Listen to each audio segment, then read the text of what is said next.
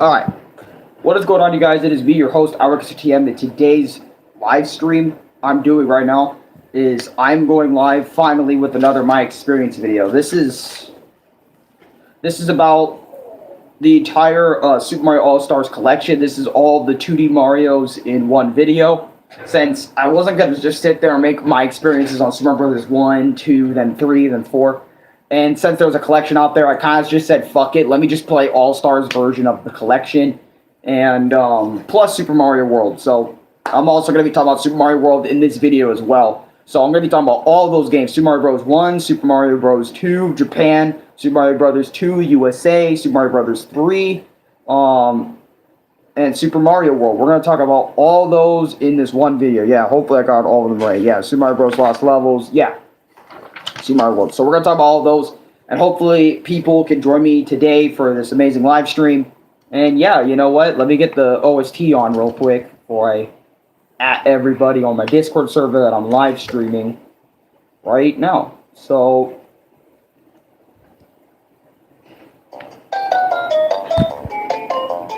yeah, let me do that. Oh yeah, and let me put all live messages so I know what the fuck's going on. Okay, so I'm gonna share the stream real quick. I'll be right back. Don't leave the stream. Alright, I'm back. Whew. I'm back. Oh my god, my fucking stash, bro.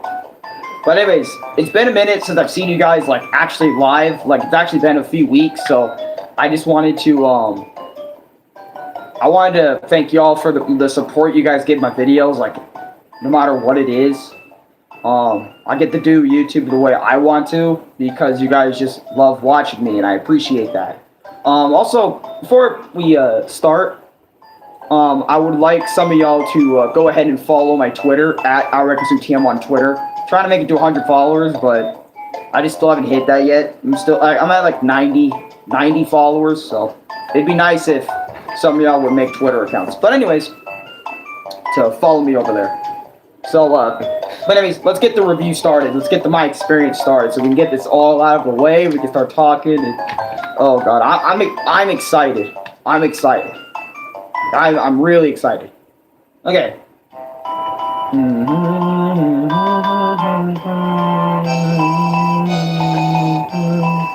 I'm sorry. I love Super Mario, bro. Okay, but anyways, so I'm gonna talk to you guys about the plots, like the stories of Super Mario Bros. 1, Lost Levels, Super Mario Bros. 2, and Super Mario Bros. 3, and Super Mario World. I'm gonna tell you all the plots. I'm probably going to go one at a time. Like, for example, I'm going to go talk about Super Mario 1, then talk about everything I enjoyed about Super Mario 1. And this My Experience won't be ultra long, because a lot of this shit is, the games are really short, like 3 hours worth, so it's like not even going to be that long. Now we're talking about that in detail. Okay. So let's get the overworld theme on. The iconic overworld theme. It's not quite the original, it's like a remix. You know, since it's All-Stars, you know, it has to be remixed. Okay, but anyways. The plot of Super Mario Bros. Okay, this is for the very first game. One day, the kingdom of the peaceful mushroom people was invaded by the Koopa tribe of turtles. Famous for their black magic...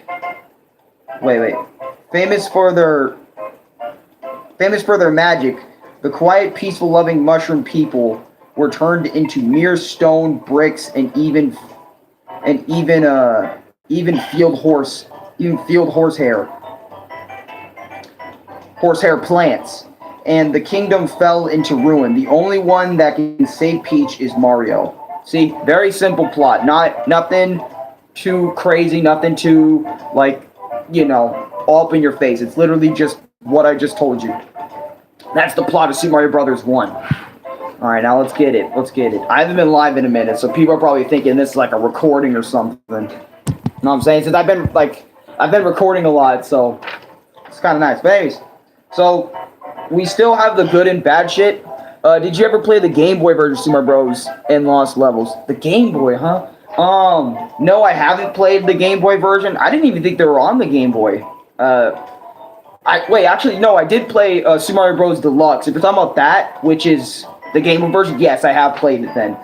But anyways, number one, the first thing I really like about Super Mario Bros. 1 is a really nice stage. In general, the iconic 1-1. Everyone knows about 1-1. To me, 1-1 is a staple in the Mario series since, you know, 1-1 is where everyone starts. It's a level that's very iconic that everyone remembers, you know, and it's not super difficult. You know, even non-gamers can get through it. Not super easily, but at least non-gamers can get through it, you know, with relatively no stress or anything. 1-1 is just a really good starting point for the Mario series. Not only the Mario series, but really good starting point for the game in general, bro. Like, I really love it. Like, the power-ups are placed in very good spots. The 1-up was placed in a good spot. You know, like, the enemy placement was decent. You know, it was good. You know, which pipe you go into was the nice find. Whoever finds the pipe and shit, you know. Sorry, I'm just going off on 1-1, because 1-1 is just... It's so monumental for me, because I've... You know, in my life, playing Super Mario and stuff, I know my hair looks like a mess. It looks like a little peach fuzz. And by the way, yes, I did cut my hair a little bit last time you saw me. So, my hair is a little shorter. You don't see the big-ass fucking thing in the front. You actually can see my hairline and shit. See that? So, yeah, I do got that. What's up, S-Class? And by the way, how's your guys' day? Since I haven't really chatted with any of y'all in a long time. But anyways, yeah, that's 1-1, by the way. 1-1 is really nice. I love 1-1. We're gonna go, like, positive and then negative. So basically, we're talking about positive about the game and negative. And the negatives aren't, yeah, the negatives aren't too bad. So, number one in terms of negatives, I can't go backwards to the beginning of the stage. So this happens with every single Mario game that's classic, by the way. You can't go back. Super Mario World's like probably the first out of all three of them that you're allowed to go backward, like progress forward and backward through the stage. You can't do that in Super Mario Bros. 1. So for example, if you miss a power-up, that's cool. My day actually just kind of got started. I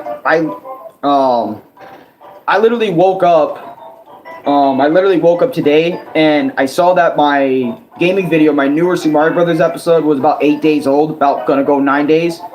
And I was kind of bored, and I was looking through my videos, right? My videos, and I saw that it's been 2 months since my last My Experience video. So I was like, or live stream, whatever the fuck you want to call it. I was like, we gotta make this. We gotta make this. I've been putting this off for a long time. I still have so many more games to talk about with you guys for My Experience. Like, the My Experience is not going anywhere for people that really love this series of mine, that when I make videos about this. Oh, why is your day not going so good, bro? Brandon, what's wrong? What's wrong, bro? What's up, bro? But yeah, let me know what's going on, bro. Shit. But that was my day, by the way. I woke up. I didn't eat anything, since that's how I usually roll, is I don't eat anything before live. I just kind of wait till after I'm done. But anyways, you can't go back in Super Mario Bros. 1. So for example, if you miss the power-up right there. So for example, there's a mystery block that you really wanted, but you were rushing through because you got the rainbow star and everything. And you were trying to hit the block, and you missed it. So once you pass it, the screen kind of follows Mario everywhere. So basically, you're hitting the limit of the screen, or hitting the limit of where you can go by trying to back. You can't backtrack to get that mystery block once you pass it. Like, once it rotates to the opposite side of the screen, you cannot get it no more, bruh. So always like scavenger hunt for shit. If you're trying to get the power that you want, and make sure you like get and stuff.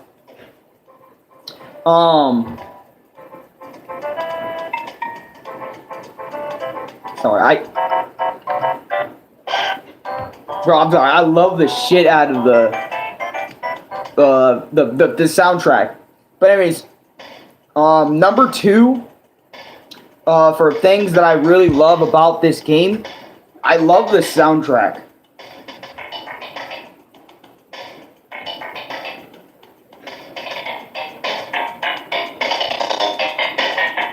Sorry. But anyways, the soundtrack for Super Mario Brothers 1 is magnificent. It is so simple, but yet so memorable by so many people, bruh. Think of the original. Now All-Stars version has a good version, but if you let's just go back to the original version, okay? Super Mario Brothers 1, and since Super Mario Brothers Lost Levels also has the same music, I'm going to basically talk about Lost Levels and Super Mario Bros. 1, since they both have the same music and graphics, etc., right?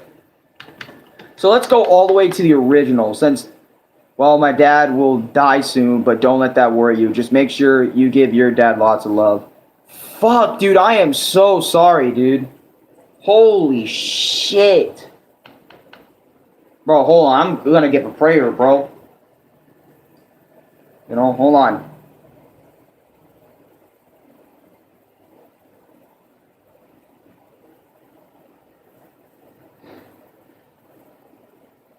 I'm actually going to give a moment of silence. Like, even though he hasn't passed, I'm still going to give a moment of silence. And may he rest in peace when he does pass. And I hope he goes somewhere really cool, bro.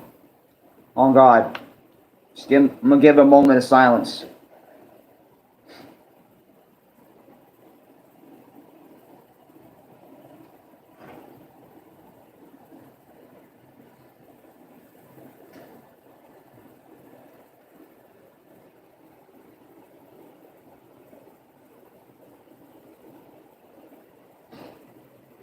Okay, so I wanted to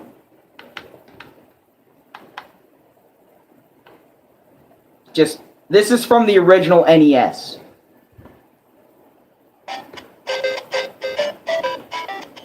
Oh, I was already listening, that's why I started there.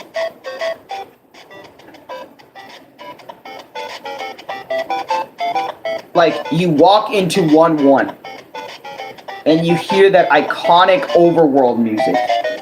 It's so catchy that you won't even fucking think twice about it. You're just gonna bob a little bit while you have your NES controller, your NES controller, pressing the buttons, running, jumping, avoiding enemies, like getting the fuck out of there, dude. Like, straight the fuck up. You're gonna be hearing all that jolly goodness. I'm telling y'all.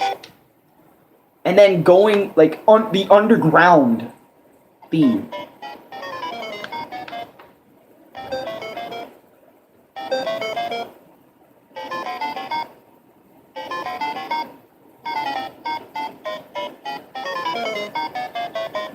And it's not even just the original, like, it's not even, fuck, it's not... Oh, fuck. I'm sorry, guys. I love Super Mario, shit. I love Super Mario Brothers 1, man. I had such good fun with this game. But anyways, even the remix tracks from All-Stars is pretty good, too. Like, if this was your first experience to Mario was through the All-Stars collection, you got a good collection on your hands because...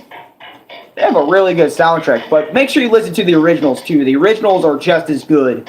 Or, no, actually, well, in my opinion, you guys already know, I like older shit more than newer shit, but... Hey.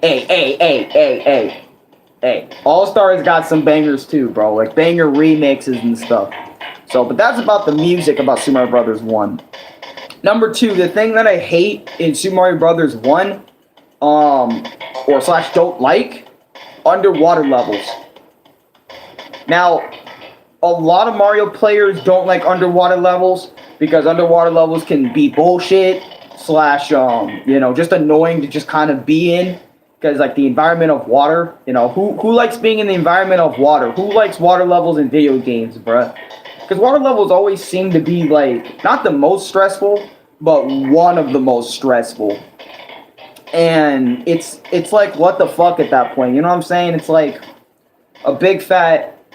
I don't even know. Alright, underwater levels, because you hear that music. I mean, the music is good in the underwater stages. I love it to death. I also, fun fact is, I also have a playlist that I'm going to put in the description of this video that links y'all to my Super Mario Brothers 1 playthrough, my Super Mario Brothers 3 playthrough, and my Super Mario Brothers 1 video, or Super Mario World video. So I actually have played all 3 of these games. Not all 3, but I played 3 out of the 5, 6 games that are in this collection, right? So I'm going to probably link those in the description for you guys after the live stream's over, or put in card annotations for you guys so you guys can check that shit out. It's actually in my all gaming video / streaming playlist. So I have a multitude of that for all my gaming stuff in one fat playlist. So it's going to be nice that I did that. But anyways, yeah, underwater levels are pretty much like the more stressful ones, and the ones I just don't like. That's pretty much what I'm trying to say. Number 3, the controls are fantastic. That's number 3 in terms of positives. The controls in this game are magnificent. And let me tell you why the controls are magnificent. The controls are magnificent for multiple reasons. And I'm going to say this because I love Super Mario, like Super Mario World. Not Super Mario World. God damn it, I love the controls of the game because the controls are not only simplistic, but they're very easy to understand for all people. It's not super complicated where you need to press multiple fucking buttons, do this and that. No, it's literally, you have your D-pad, and you have your jump button, and if you have a fire flower, you can press the other button. It's literally that simple, and I love simplicity in my video games. I have loathed complex controls and all this other shit. I'm more of a retro type of dude, to be honest with you guys. Like, I'm more of a guy that loves simplicity in my controls. And if there's no simplicity, I'm gonna struggle, and I'm gonna sit there hating it if it's not simplistic enough to me. Now, I'm not trying to say I can't handle games with more complex controls. I can, but it's just way less stressful and way less annoying that, and thank God that this game's controls are fantastic. They're super responsive, even with the regular NES. It's very responsive, very responsive. Number 3, in terms of negatives, the Hammer Bros. I'm sorry, bro, but the Hammer Bros in this game, they gotta fucking go. Because Super Mario Bros. 1 Hammer Bros, I don't think people will understand unless they've actually played Super Mario Bros. 1 and passed up a certain part. But the Hammer Bros in Super Mario Bros. 1 are like fucking crack addicts with their hammer throwing. Like, they are good as fuck at that, bro. Honestly, they're way tougher than normal Goombas and Koopas. Other than Bowser himself, they're the hardest enemies to kill in the game because, you know, they can, I mean, look, if you're small Mario going up against the Hammer Bro, 50% of the time, you're gonna fucking die. And the other 50, you're going to get past it due to some lucky shit, or you actually managed to jump on him before the hammer came out and stuff like that, right? And sometimes the Hammer Bros come in pairs, so it's like, fuck me, dude. Why are the Hammer Bros coming in pairs? This is ridiculous, you know what I'm saying? It's like, like pairs of 2. Like, think about that shit for a minute. Think about that for a second. Pairs of 2. 2 Hammer Bros, meaning they're able to throw, like, 2 Hammer Bros, like, 2 hammers per Hammer Bro, right? So that's 4 hammers you're gonna have to worry about if they're throwing 2. And they jump on top of the platform, they jump below the platform, just to try and get you too with that, and they try to bait you with that. And that's why I hate Hammer Bros, especially Hammer Bros, man. Hammer Bros fucking suck in Super Mario Bros. 1. And Lost Levels, of course, but... Number 4, the sprite looks really good. So for the All-Stars shit, the All-Stars collection actually updated the sprites from Super Mario Bros. 1 Mario and made them look more modernized, you know, and stuff, which looks really good. But you already know, I really love that OG model of Mario where he's just standing. You guys know the OG version of Mario. I don't think I have to explain what Super Mario Bros. 1 Mario looks like. That's pretty much one of his most iconic looks in his history. But anyways, the sprites, the redone sprites and stuff look really good across all the entire collection. So I just wanted to say that. But anyways, number 4 in terms of negatives, 5-2. Fuck that stage. So I have a history with hating 5-2. So when I was a little kid, and I would play 5-2, I would always get so annoyed with the Hammer Bros and the Dick Bills in the level. If you guys want to know what the fuck a Dick Bill and a a dick bro is a dick bill is a bullet bill, but I call it a dick bill. So I've been calling it a dick bill, and the fireballs that come up the lava come balls for like years, and fire sticks or more like dick sticks. I've been calling them all that like almost my whole life. But anyways, what's up, Red? How you doing? And sorry to hear about that, Brendan. Yeah, dude, I gave Brendan some silence out of respect. You know what I'm saying? So, and here's the swimming shit.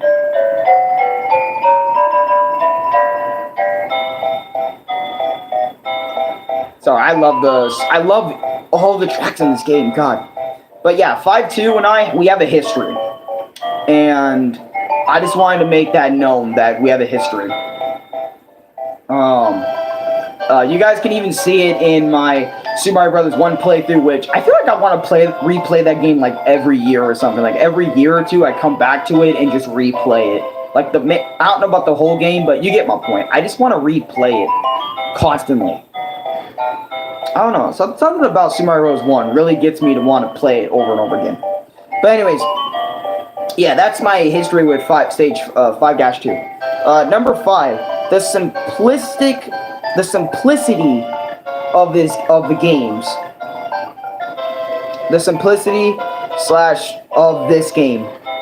Right? The simplicity.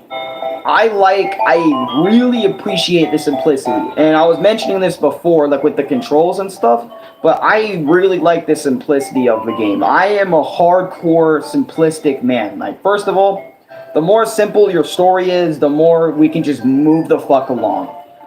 Now, I'm not saying I hate games with complex stories and shit, but I sometimes get so annoyed of how long the stories are. Like, 50 pages of why this bitch got kidnapped, or 50 pages of why we have to do this and that. Like Super Mario back in the day was like, Bowser's kidnapped the princess, you need to save her. 2 fucking things. There was no fucking 50-page essay on what the fuck the story is and shit. And I'm not trying to hate on complex stories. There's a lot of good games with complex stories and crazy long stories out there in the world. I love my long stories, but sometimes I can't fucking stand them. I need simplicity. And this game / this series here is very simplistic when it comes to their stories and / games in general. I am appreciative of that shit. But number 5 on negatives. Bullet bills, aka dick bills. I hate the bullet bills in this game. Super Mario Brothers 1 made me hate bullet bills more than my own dick. I'm just kidding. Right? All jokes aside, but seriously, like, bullet bills are so annoying in this game because they come out whenever the fuck they please. Pause. I know that sounded somewhat wrong, but still, like, think about it real quick. Bro, a bullet bill can come out from this side when you're trying to jump and fucking kill you, or the opposite side. Like, they love baiting you in this game, bro, and Lost Levels does make that a little worse, not gonna lie to you. But anyways, that's number 5 in terms of negatives. Like I said, the negatives aren't too much. I'm not going too much in detail with that. My experience with Super Mario Bros. 1 Part 2. So I have like a little bit, just a little bit. This is like the last part, and then we'll get to Lost Levels, right? Anyways, number 6 in terms of positive. The game lets you know if you're going the right way. What? Is this Super Mario Bros. 2? Hold on a second. Oh, I get it. Never mind, I get it. So, basically what I mean by that is like when you're in a Bowser Castle and they give you 3 different pathways, the game will let you know if you're going the right way. Like, the right way in general. Like, if you're doing a maze in Mario Bros. 1, like one of the... Yeah, you get my point, right? Like, they'll give you a little ding, or it'll go doo-doo. Like, doo-doo means wrong, and ding means right. You're going the right way. I know the game. I know what he's talking about. I know what my past self was talking about. Number 6 in terms of negatives. 7-1 was a nightmare, and I remember 7-1. 7-1? It's a fucking asshole, dude. Let me tell you, it's just an asshole. It's midget, just an ass. I won't lie to you guys. Asshole. Sorry. 7-1, not a fan. Just gonna get that out there. Number 7, very short game, about 2 hours. Honestly, like I've mentioned before, I love my games short. Some games I really do like short because there's a lot of games later in the My Experience series that I'm going to talk about drag on too much, drag on too long for my enjoyment, and I start getting pissed about that. But with Super Mario Bros., I know when the beginning, middle, and end is. So it's always like, you know, thank you for being short and very replayable. That's something I'm always gonna appreciate about Super Mario Brothers 1 is that, you know, it doesn't feel like eternity when you're playing the game to make progress. You know you're making progress from the number on the top of the screen, like 7 dash this. Okay, I'm in the 7th world dash this. So that you always know how much progress you're making, and I love that shit. And since the game isn't super long, I love that as well. Like it's such a replayable 2 to 3 hours. You know, it's like, oh, 2 to 3 hours, that ain't gonna be as long as my life. Meanwhile, you got games over here that are 70 to 100 hours of gameplay, and I'm sitting here like, what the fuck? You know, when were people enjoying a 2-hour game? When do people enjoy that shit? You know, like, why do people want, you know, 8 hours of gameplay sometimes? Like, why do people enjoy the fucking 60, 70, 80-hour games? I mean, I get it. There's like a whole story and lore to get into, and they suck you into the world by doing that. But don't you guys just miss a 2 to 3 hour journey with something? Like, not everything has to be 60 hours these days. I remember there's a lot of people complaining that games are too short these days. Like, okay, go find a longer game then. Go play Breath of the Wild. Why are you complaining that this game is short when you should play a game that's longer that you might enjoy elsewhere? Like, I'm so sick of people, or just so sick of just hearing, oh, a game needs to be 100 hours to make it worth my time, or some other shit, man. It's like, dude, just enjoy the 2 to 3 hours you got with this motherfucker right here. You know, I can do so many other things other than just sit here and, you know what I mean? Like, 2 hours of a game. What is so wrong with a shorter game, man? Fuck.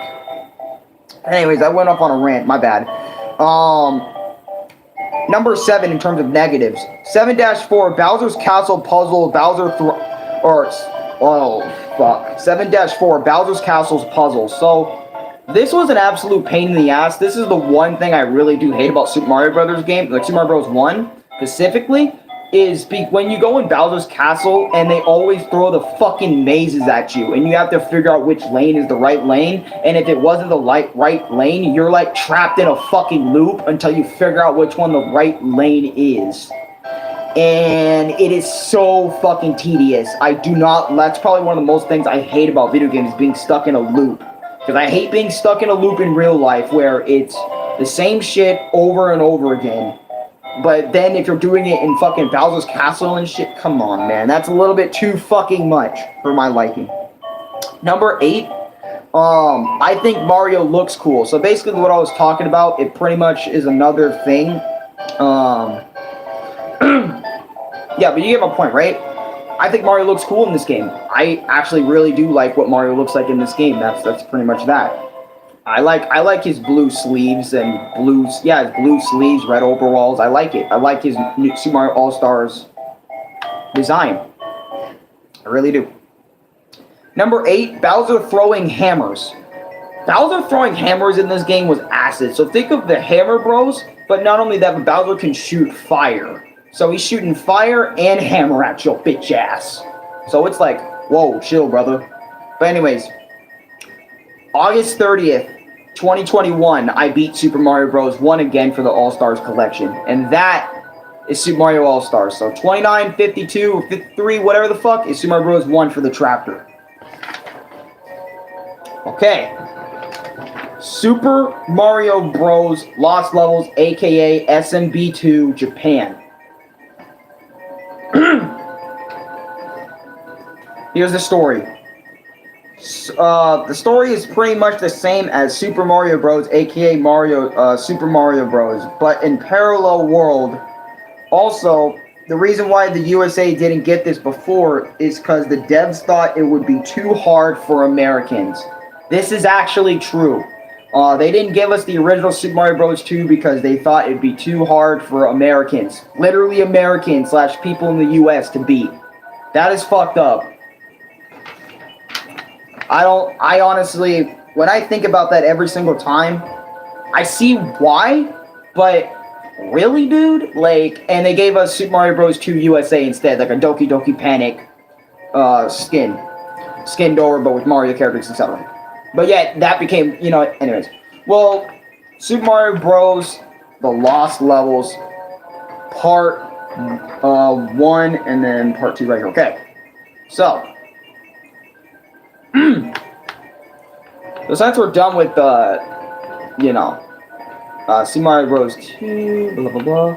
Always found that odd with some older games. They give us Americans the hard version. Yeah, it's weird to me. Like, I sit there and think about that to this day, and I'm like, really? What a bunch of dickheads. Because I think everyone deserves to at least have it. Fuck. I'm sorry, but everyone at least deserves to give it a shot. Like, I kind of realized that too. Yeah, it's like, fuck. Like, you give us the hard version of games all the time, but yet you decide with this one it's too much. But anyways, let's get on with it, boys. The title screen music is beautiful to listen to. So I'm actually gonna show you guys what the title screen music is. They either give us some easier or the difficult version. Yeah. So I'm going to show you guys the theme I'm talking about here. Super Mario Bros. 2. Okay. So, Super Mario Bros. 2. I got to put JP so they know what the hell I'm talking about. Right?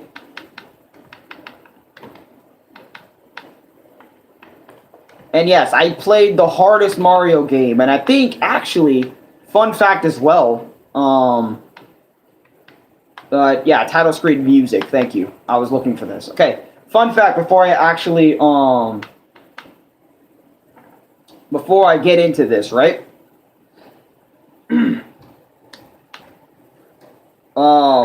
Actually, in the All-Stars collection, they actually made Super Mario Bros. 2 or Super Mario The Lost Levels a lot easier. I think either a lot easier or just easier in the All-Stars pack.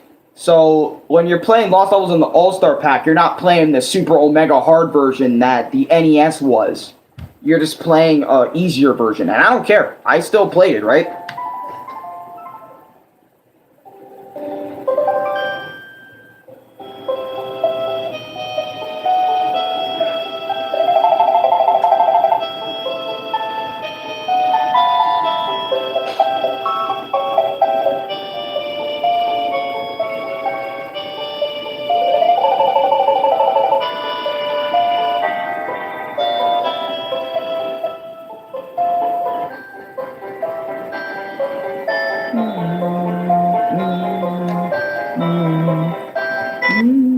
Sorry, okay, but anyways, Super Bros. Lost Levels.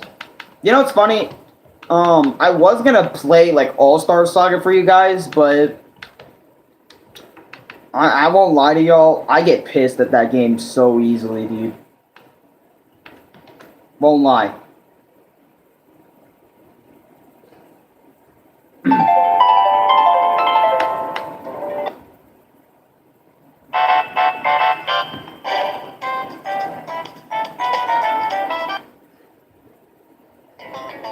Okay.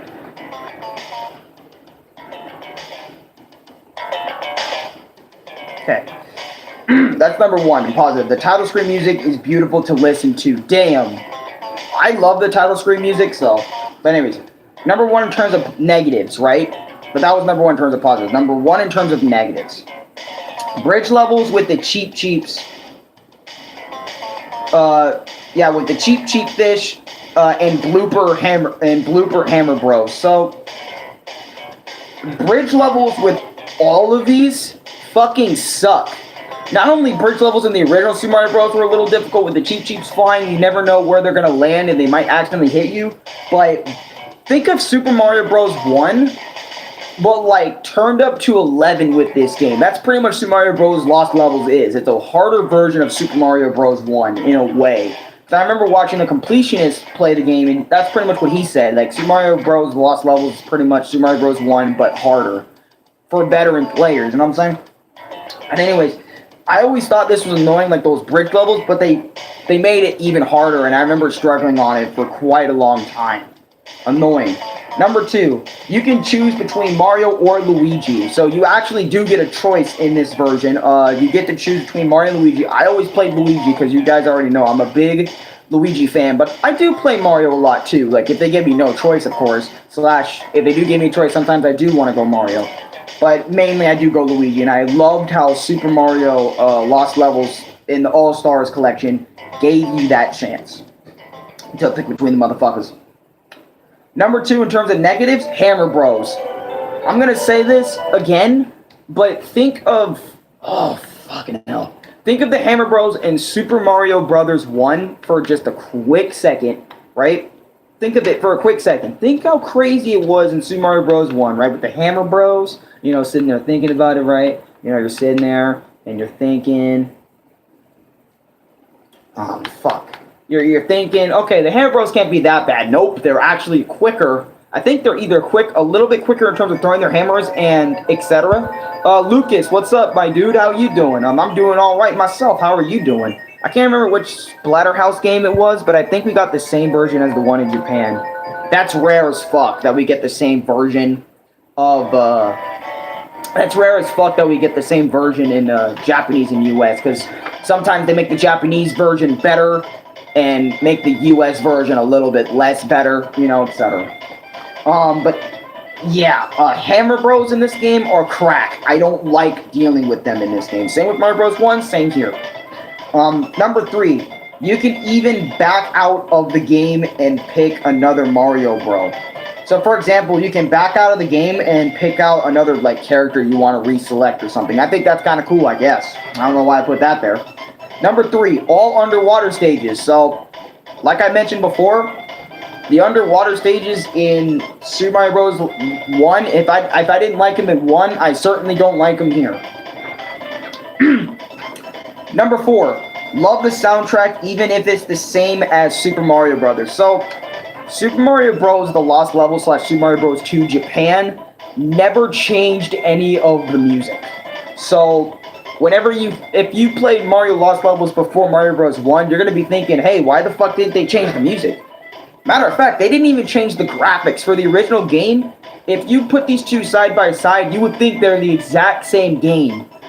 It's because Nintendo didn't actually develop, or not develop, but they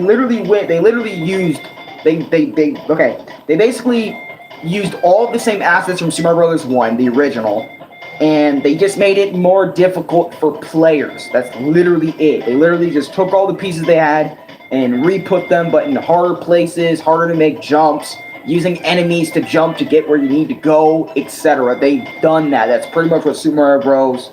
Lost Levels pretty much is, in a nutshell.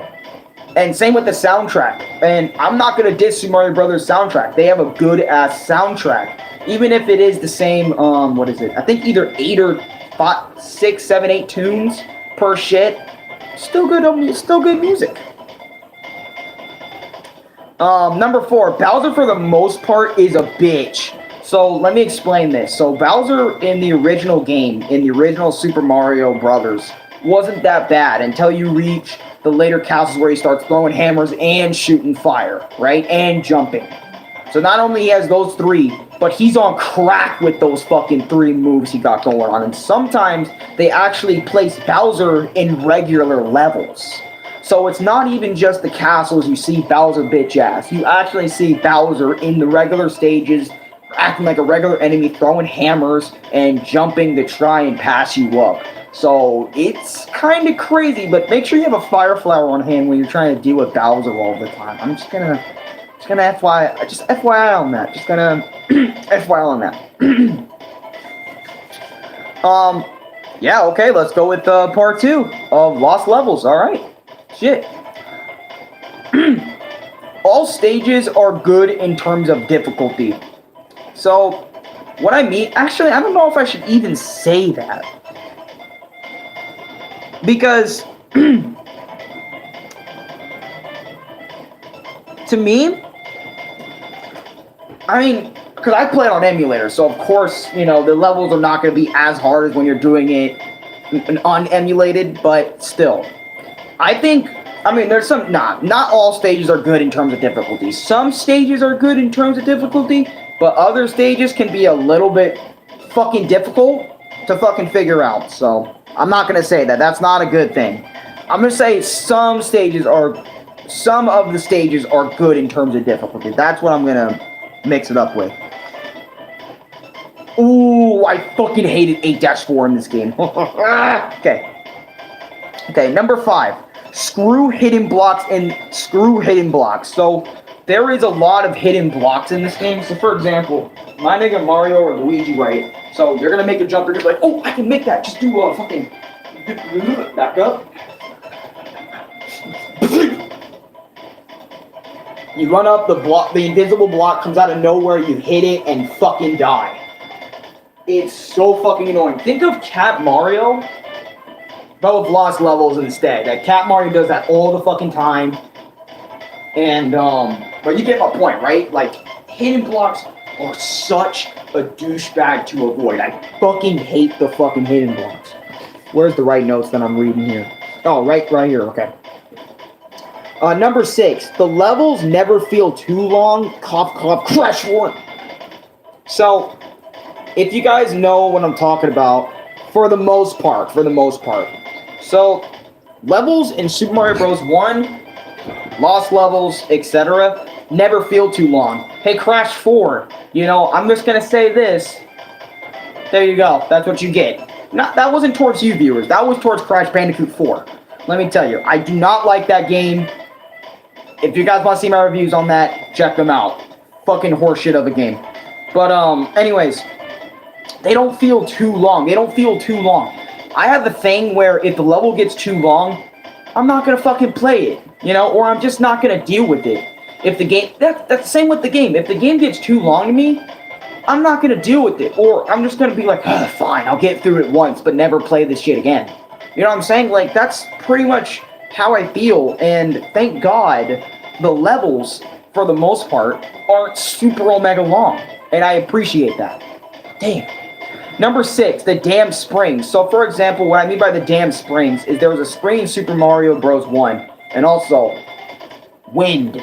There's wind in lost levels. So, the one new mechanic Super Mario Bros. Implemented in their game was the wind feature. And the wind feature basically blows... So, for example, you jump on a spring, and you don't see your character on the screen at all, and you literally have to guess where you're going to land after the wind stops for that millisecond, and it's bullshit. But what I mean is the damn springs bounce you so high or so low depending on... For example, if I run up, jump on the spring super good, like in a good spot, I'll go high. But if I run, quickly jump on it, I'll fucking die. Like, I'll bounce a little bit and then die. So you have to make sure you time your jumps as accurately and as good as possible, because the fucking spring can be it can be a nice thing or a bad thing, depending on how your jump is. Number 7, the bonus areas are nice. The bonus areas, for example, you go down a pipe and it's a little bonus area where there's a good amount of coins to help you get a 1-up, which is very nice. Very nice. Number 7, in terms of negatives, the wind mechanic. And I literally just mentioned this at number 6, but I'm going to mention it again here. The wind mechanic. This is the one new thing that, and I mentioned this already. I know. But, yeah, this chair is very squeaky. My bad for that. But anyways. Okay, another fucking chair. Okay, but anyways. The wind mechanic. This only happens in certain stages. It ain't going to happen in every stage. But the wind mechanic, sometimes leaves are blowing past your screen and, you know, you're trying to fucking figure out where you want to land. And that's the bullshit. Because if you don't have, like, a save state, if you're not doing this on emulator, right? For example, you're doing this on console, original console. You jump over, right? The wind blows you away. The platform's right here. You're trying to get there. And for some reason, you see the platform, you think you're going to make it, but you apparently overshot it or undershot. And sometimes you actually do get it right. And it's weird to me because when I think about shit like that, it's bullshit because, first of all, the win should feel right. It shouldn't feel like you did too much or too little, and just rarely you get the right spot. For example, you can delay it and then just make it by delaying it maybe a little bit. And that's how it works in some cases, but not all cases. And the win mechanic is just screwed with a lot of players. I'm not gonna lie, it's screwed with a lot of players, and it's probably one of the worst things. Okay, you know what? I'm actually gonna add something as a number 9 in terms of negatives.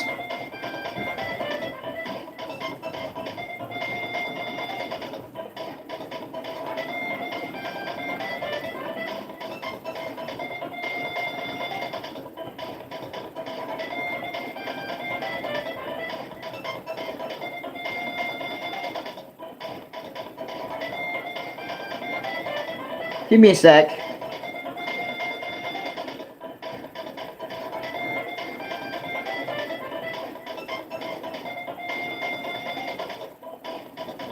Okay, thank you. But yeah, number 8 in terms of positives, there is 5 more worlds, A, B, C, and D. Now, I don't know why I put this as a good thing, but the fact that you get even more worlds to explore / play is nice for people that actually wanted a longer Super Mario Brothers game, right? A little bit longer Super Mario Brothers game, so that's pretty nice. Number 8 in terms of negatives, there is so much endless loops, not only in Bowser Castle, but levels like 8-2, etc. I see what I mean. Like, what I mean by endless loops is I'm never finding the right path, and it always fucks with me. And like I said, bro, guys, I get disoriented / all that shit very easily. I get lost very easily. I'm pretty disoriented. And I just can't. It happens to me all the time. This theme right here is Koopa King. I'm also going to link in the description. You got like all of my Experince videos where the tracks that I'm using. So not only that, but you guys are going to see, you guys are...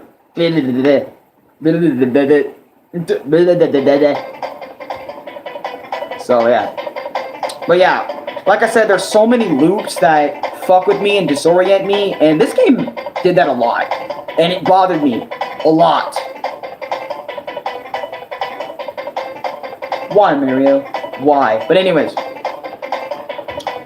yeah, 8-2, etc. Hell, in 8-4, run past the first block near the end, I guess. Okay. I put that on my notes for some reason. Number 9, you have to, in the original version of this game, you have to replay the game 8 times to get stages A, B, C, and D. Get the worlds A, B, C, and D, and even world 9. You have to literally sit there and replay the game 8 times in the original version. Now, in the All-Stars version, I'm not sure, maybe they lessened that to where you have to beat it with both Mario and Luigi, then you get the worlds. It's been a long time since I last played Super Mario All-Stars, since literally Lost Levels specifically. I literally beat it way back in August 31st, 2021. So literally a day later after Super Mario Bros. 1. So literally, I just literally played the game. Holy shit, that's crazy. But anyways, that's Super Mario Bros. 1 and Super Mario Bros. 2 down. Let's get to Super Mario Bros. 2 USA. Let's get there, okay? So this is Super Mario Bros. 2 player select. I can't wait to talk about it now, okay? But anyways, Super Mario Bros. 2 USA. One night, Mario had a strange dream. He found himself climbing a long staircase leading up to a mysterious door. Opening the door, Mario's eyes fell upon an incredible world unlike anything he's ever seen. Welcome to Subcon, the land of dreams. Once our beautiful world now suffers at the hand of King Wart. So that is the plot to Super Mario Bros. 2 USA. Now, this is the version of Super Mario Bros. 2 that we got over here in America to replace the Japanese version, aka Lost Levels. And honestly, it was a good decision because a lot of people actually really love the Doki Doki Panic skin over Mario style. A lot of people actually really do like Super Mario Bros. 2 USA, and thank God people do. And I understand it now. I understand why people love this game. For a long time, fun fact, for a long time, I actually never played Super Mario Bros. 2 USA. I've always avoided it because it was so different compared to Super Mario Bros. 1, Lost Levels, and 3. It was always so different, so I avoided that one for the longest time until my Experience series came up, and I started playing all the games in the collection, and it was my first time ever playing this game to its fullest. So it's nice that I'm getting new experiences over here in this bitch. But anyways, my experience with Super Mario Bros. 2 USA. Number 1, you have lots of characters to choose from. Mario, Luigi, Peach, and Toad. That's 4 characters to choose from. Like, that's already more than the entire series has given us already. First of all, because in a lot of the Mario Bros. Games, you can only play as Mario or Luigi. No other nigga, right? But in this game, you're like, fuck that shit. You're gonna play fucking 2 extra characters, and I think that's even more nice. You get to play 2 extra niggas.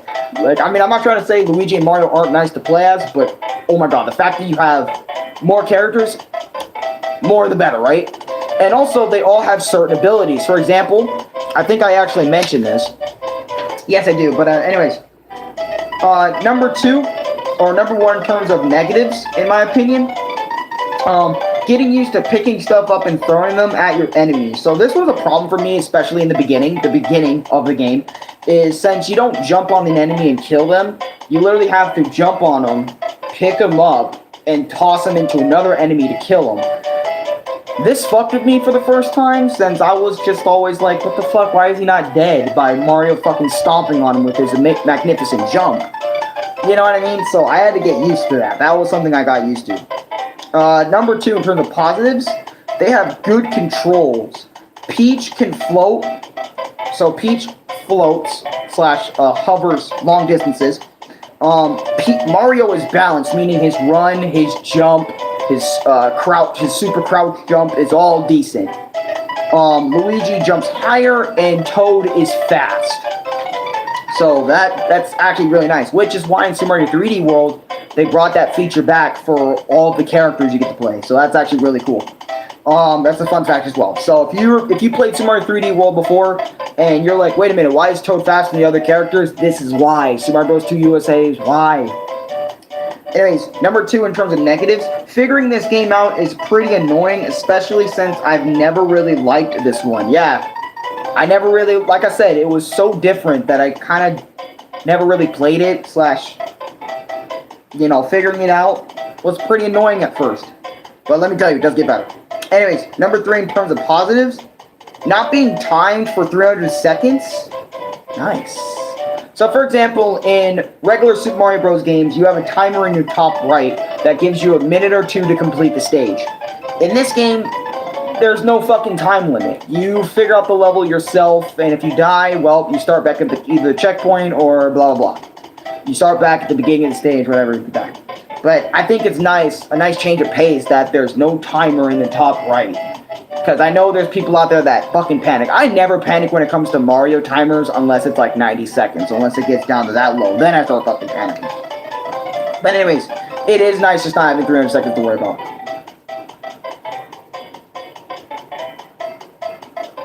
I'm sorry.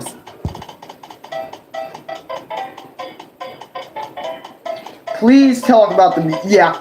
Yep, okay. Thank God I do. Okay.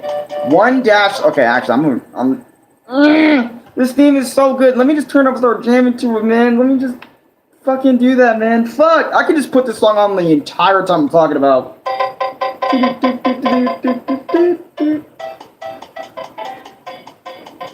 Dude, you got Okay, number 3. 1-3 boss really pissed me off because throwing bombs up and down and all I can do all I can do is throw. So basically, for example, is I remember the boss fights in this game, and they bothered me a lot since it's grabbing and throwing, like jumping, grabbing up, and then throwing it. It's It's annoying.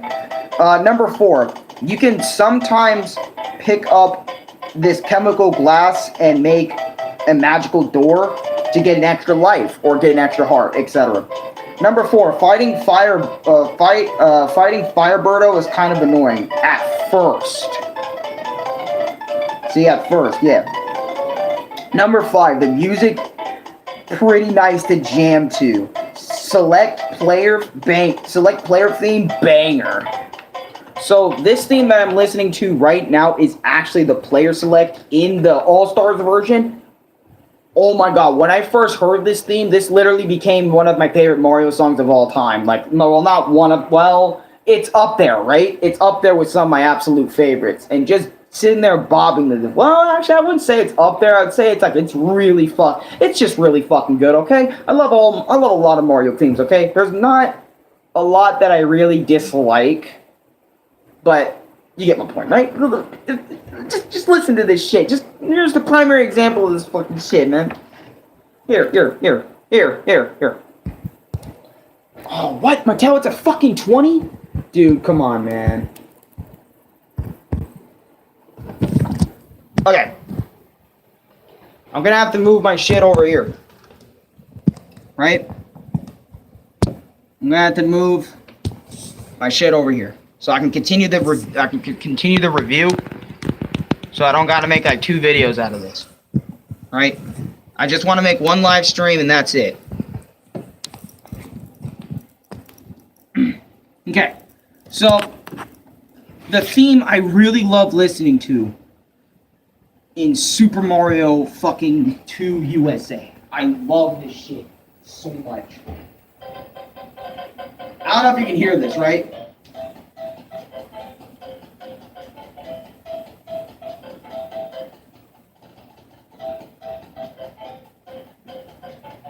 Oh god.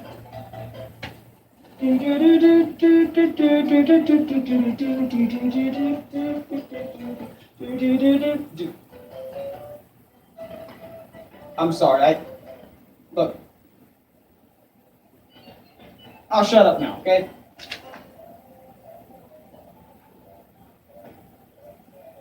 Oh, and the overworld theme, every theme, bro, so many themes in this version of the game are so iconic to me in my childhood since I listened to these themes so much.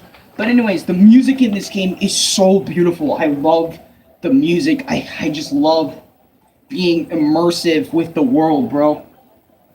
Turn this down. Right? Actually, turn it up maybe like a little bit. Okay. Seriously. The world, the music in this game, fucking beautiful. Cherish it with y'all lives, bro. Because it's some good shit. And you never know, one day, Nintendo might just sit there and take... You know what? I actually have a rant for Nintendo at the end of this. So I'm just going to keep that till the end. But anyways, number 5. This feels so different from the Mario games that I've seen in a bad way. Nah, at first. I'm going to say at first. Because, sure, the game may feel different.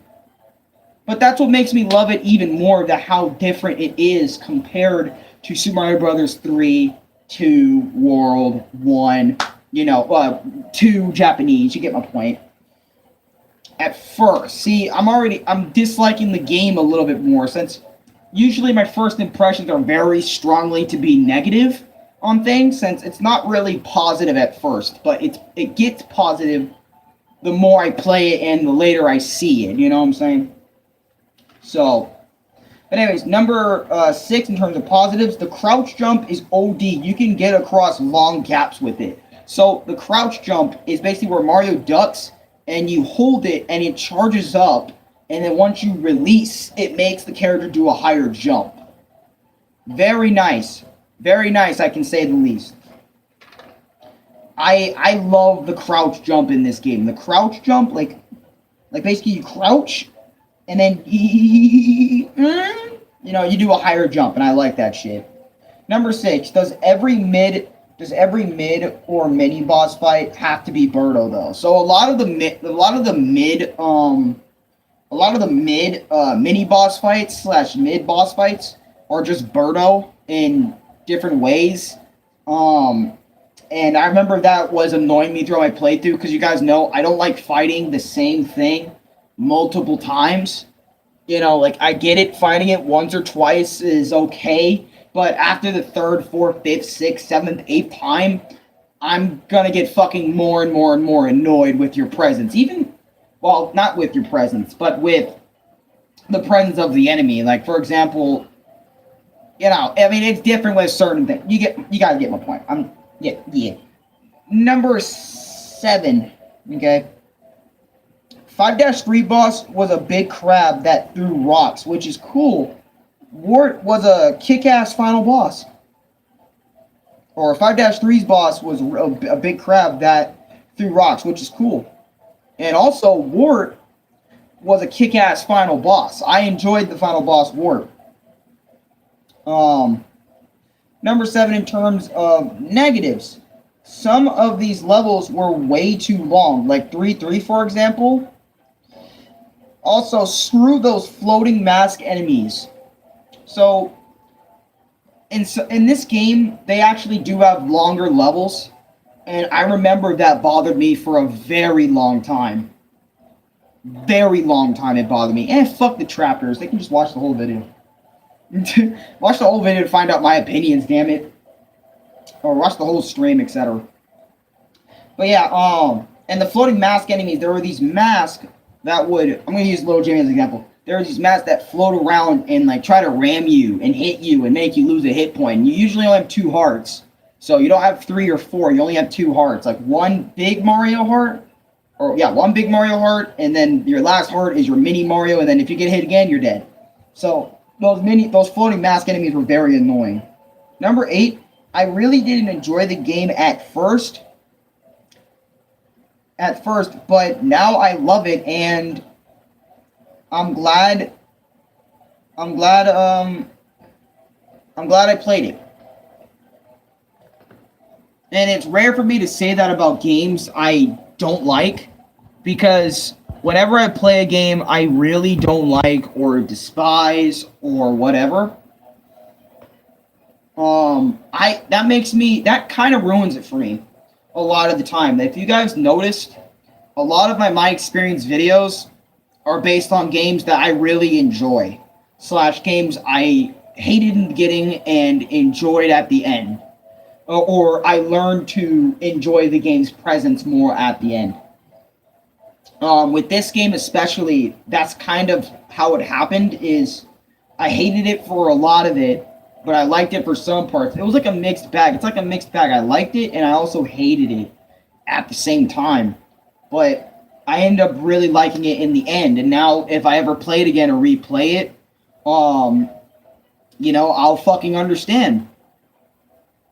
I'll understand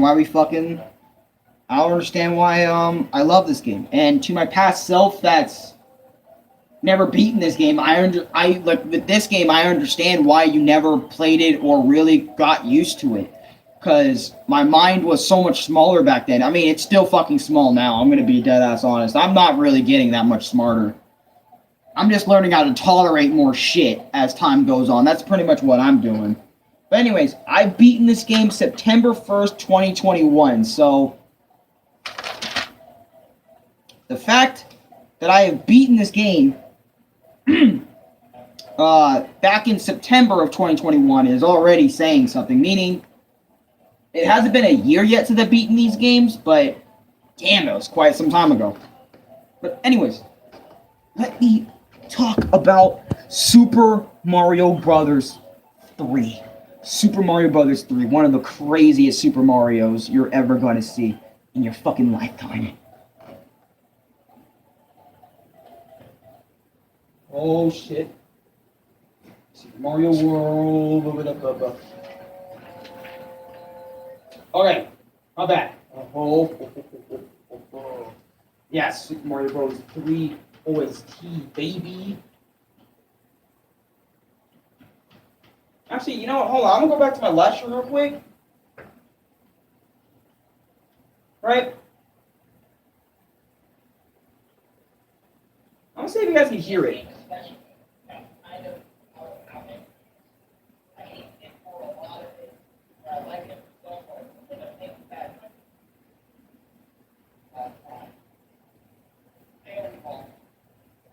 Okay, so when you guys hear the music, you can't really hear it when I'm all the way over there, and I've noticed. Because, but anyways.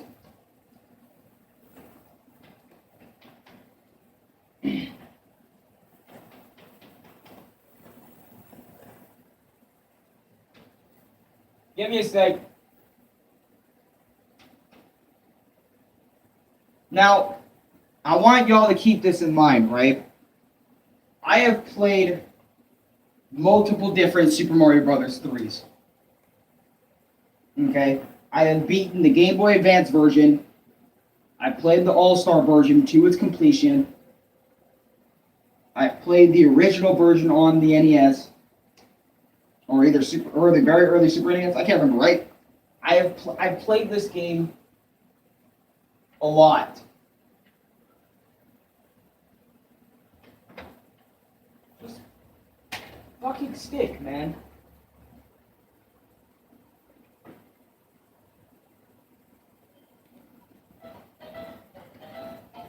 Okay.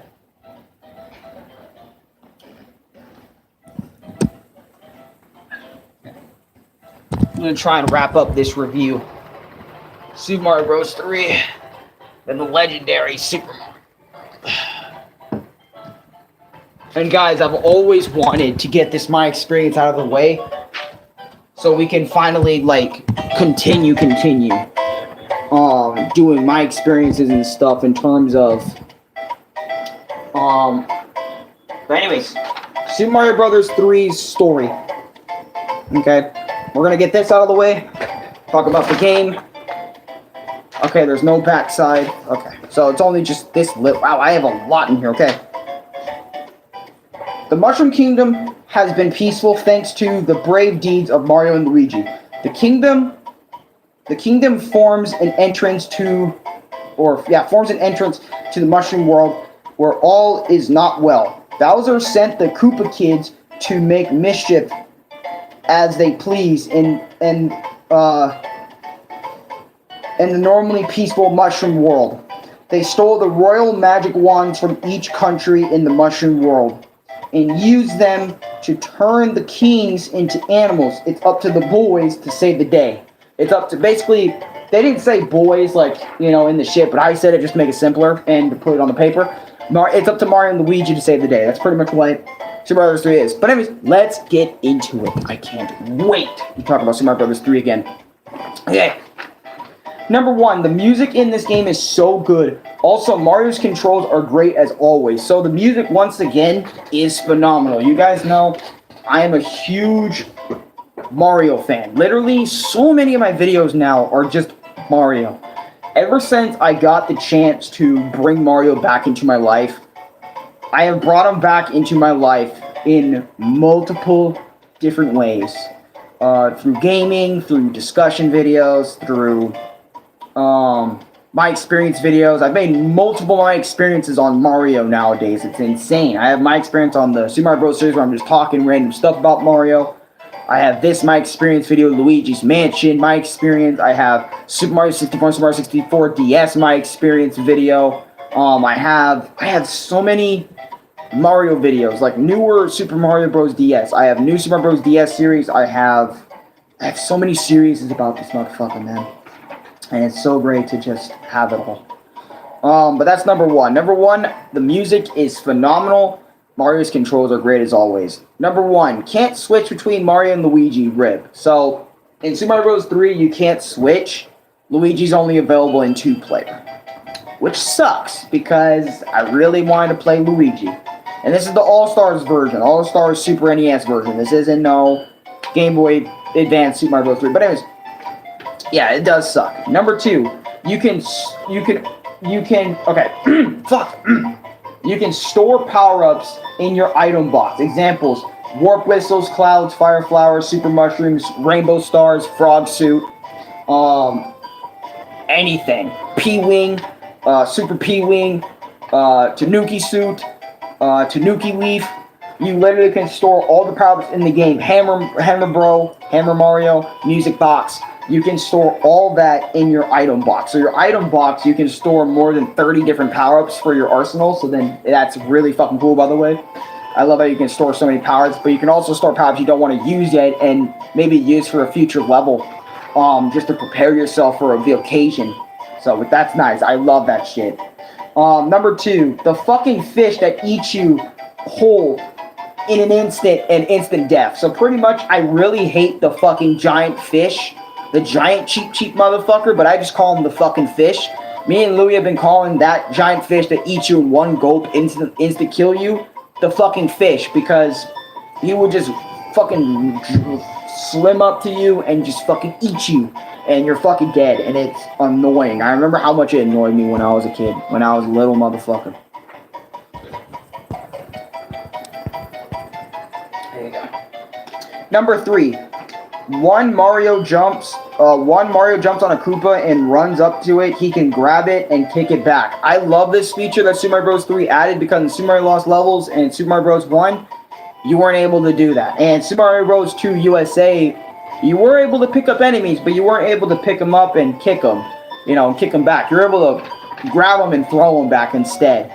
But I really do like Super Mario Bros. 3 implementing something from Super Mario Bros. 2 USA into their next platforming game. And let me tell you, picking up a mushroom or a Koopa shell and fucking running with it or kicking it, it was so fun, and I loved doing it. I love doing Super Mario Bros. 3. Number 3, fighting Boom Boom. Most of the time is a joke. So Boom Boom is not one of the Koopa kids, but basically he's one of the other Koopa minions that gets his own castle sometimes, and most of his fights with him are just a joke.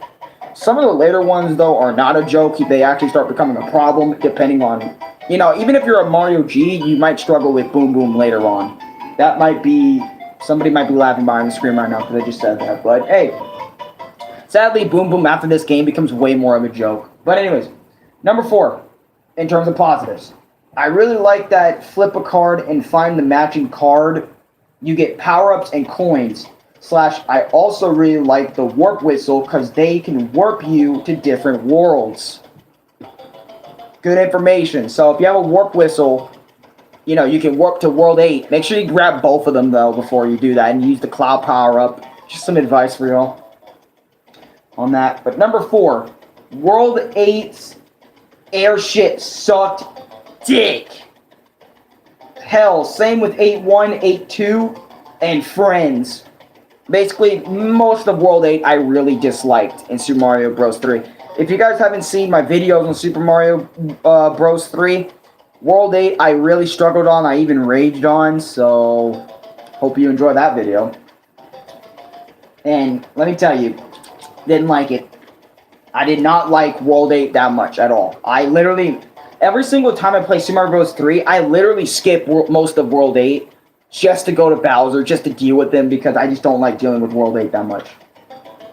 Number 5, the airship levels for the most part are bangers. Oh my god, there are so many new power-ups, Hammer Suit, Tanuki, etc. So for example, when you hear that airship theme, it's so iconic.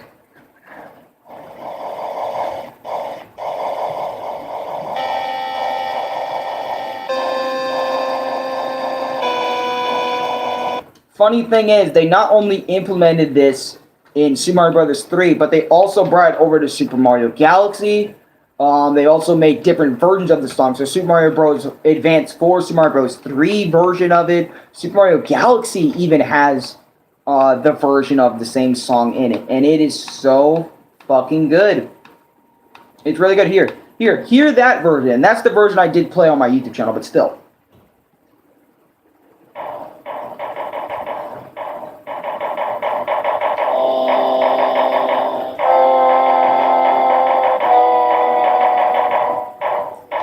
Yeah, Airship's pretty nice.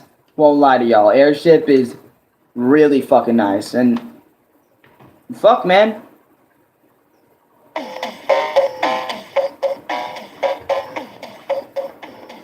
Hell, even the very original Super Mario Bros. 3, like without the collection, is really nice.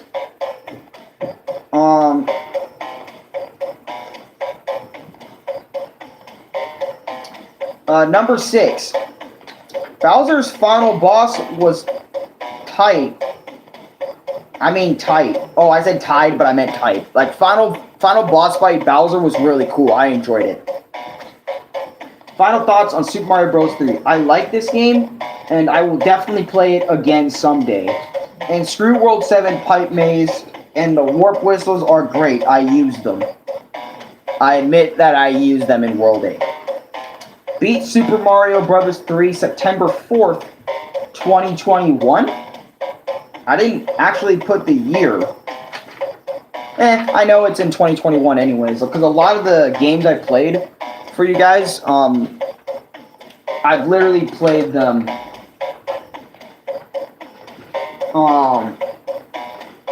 yeah, I've literally played them all in 2021. Okay, now it's time. Super Mario Bros. 3 is over, and honestly, this game I have the most things to say about. So get ready, get your asses ready, because Super Mario Bros. 4 I'm about to discuss right now.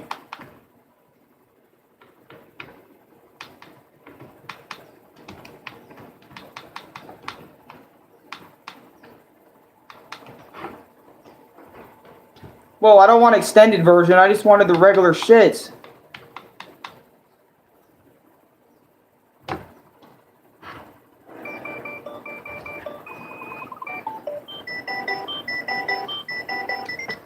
Hold on a minute.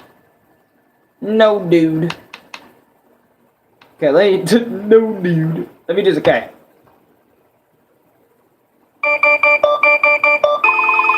Good audio. Good audio. Okay. Super Mario World. Now, this is the game I've always wanted to give you guys a second look upon my playthrough with. Okay? What I mean by that is this game, ever since my video, my thoughts on Super Mario World have changed, and I'm finally, and I mean finally, getting to discuss my new feelings towards Super Mario World. Okay, but I'll talk about that after the story. The plot of Super Mario World. After Bowser's previous defeat, Mario, Luigi, Princess Toadstool, or not Princess Toadstool, and Princess Toadstool / Peach decide to recuperate in Dinosaur Island. Meanwhile, in Dinosaur Island, the Koopa King and his 7 Koopa kids trap Yoshi and his friends in enchanted eggs, eliminating the opposition as they secretly rebuild their fortress. Secretly rebuild their forces. Shortly upon arrival, the Mario Bros. Realize Peach is missing. While searching, they find the Koopa Troop army. The Koopa Troop army. Upon the Mario Bros. Freeing the friendly Yoshis, he exclaims that the Koopas have invaded, confirming that Peach's persistent captor has indeed returned and taken the opportunity to claim the princess. It's up to Mario and Luigi to save the day. I can't wait to discuss about this game now. This is probably going to be my favorite part of my experience with Super Mario All-Stars plus Super Mario World video. This is probably going to be my absolute favorite. Okay.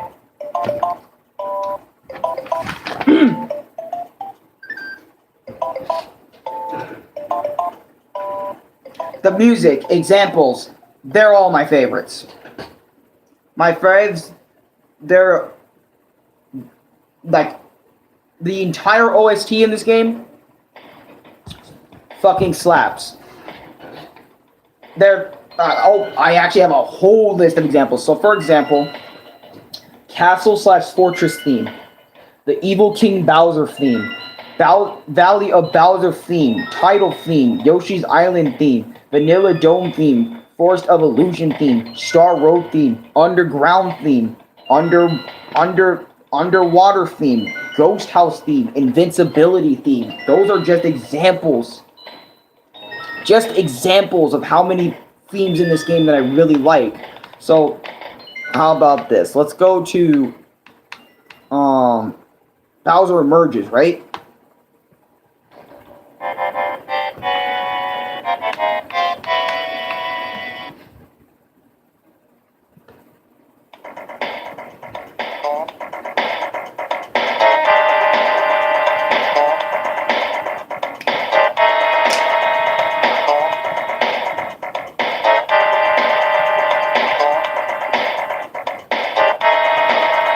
tired of you guys, dude. Jesus. I do get good sleep. But anyways. But I wanted to give y'all some music examples, bro, because every track in this game deserves an award. The music in Super Mario World is magnificent, regardless of what theme you're listening to, regardless of what plays in the background. Super Mario World deserves all the praise that it gets. People don't shut the fuck up about this game and being fucking magnificent, because it is. And number one, in terms of negatives, you don't get to play Luigi, but you can switch between them in the GBA version, which I find very neat. They added that instead of only 2-player to getting to play Luigi. So basically, the one thing I didn't like is in the original Super Mario World, you didn't get the chance to play Luigi. But if you put 2-player in Super Mario World, I bet you could. But in the original, but in the GBA version, if you can swap between pressing L and R to pick which brother you want to play, and that's actually very nice. Number 2. The cape feather allows you to fly, deflect, and kill, and slow falling, kill enemies and slow falling. It's so cool. Why is it only in this game? And Super Mario Maker 1 and Super Mario Maker 2. Okay, the cape feather. One of the coolest flying powers Mario has ever obtained in a video game. Mario gets a yellow broad cape. You can fucking run, like, you basically, how to make Mario fly is you run, you fly up, the cape inflates like a damn, it just inflates by all the wind, right? And you control him by going up and down rapidly, making Mario go like this, like you're, like a wave or something, and that's how he flies, right? But not only in this game, the cape feather is so amazing, but you get to slam down, causing a massive shockwave to get rid of all enemies on the map. You get to do this spin move you get to do this spin move that deflects enemies' attacks and can kill them if hit.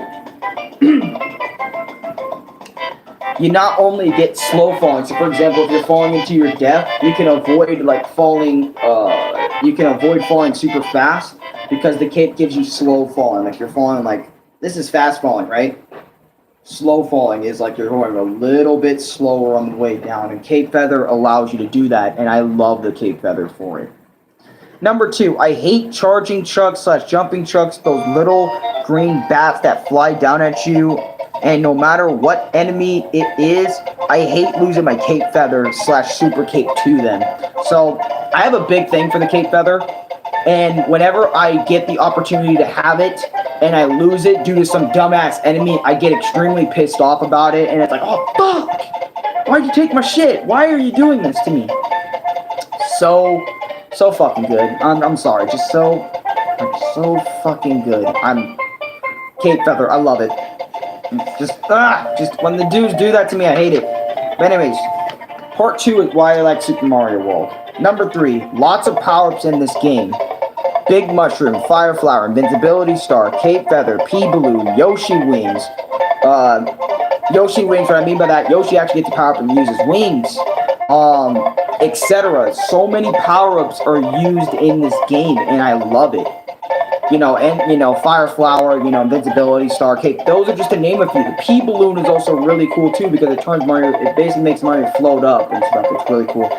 Number 3, so many ghost houses are in this game. It's really ridiculous. I kind of wish they toned down on the ghost houses in this game, though. I really do. Number 4, love how all the character sprites look, and they age so well, especially Mario. So what I mean by that is the sprites.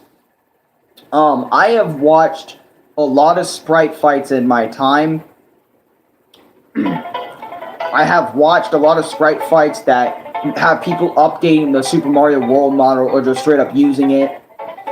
It's so satisfying just looking how much this game aged, and I mean aged well. Like, you don't look at Mario and say he's absolutely hideous in this game, or, man, he should be better graphic. It's like, dude, that is Mario. You recognize him as Mario. He's aged really well. His color palette is super nice on the sprite. It's work in detail, man. It's the little things I love the most about this game, man. And everyone at Nintendo, shout outs to you. You guys did a good shit making Mario the way he is today. But anyways, number 4, auto-scrolling levels. I fucking hate them. Slow or fast. Regardless of the auto-scrolling, I have gotten used to not liking auto-scrolling levels because multiple platforming games have screwed me over in that aspect.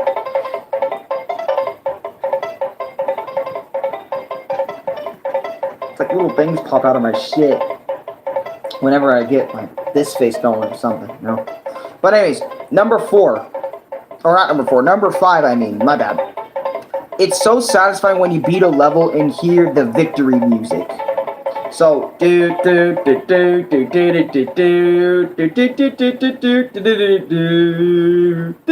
and you see Mario do a peace sign and he walks out. I love that shit. I love that shit a lot because it makes me so happy when I finally beat a hard level. But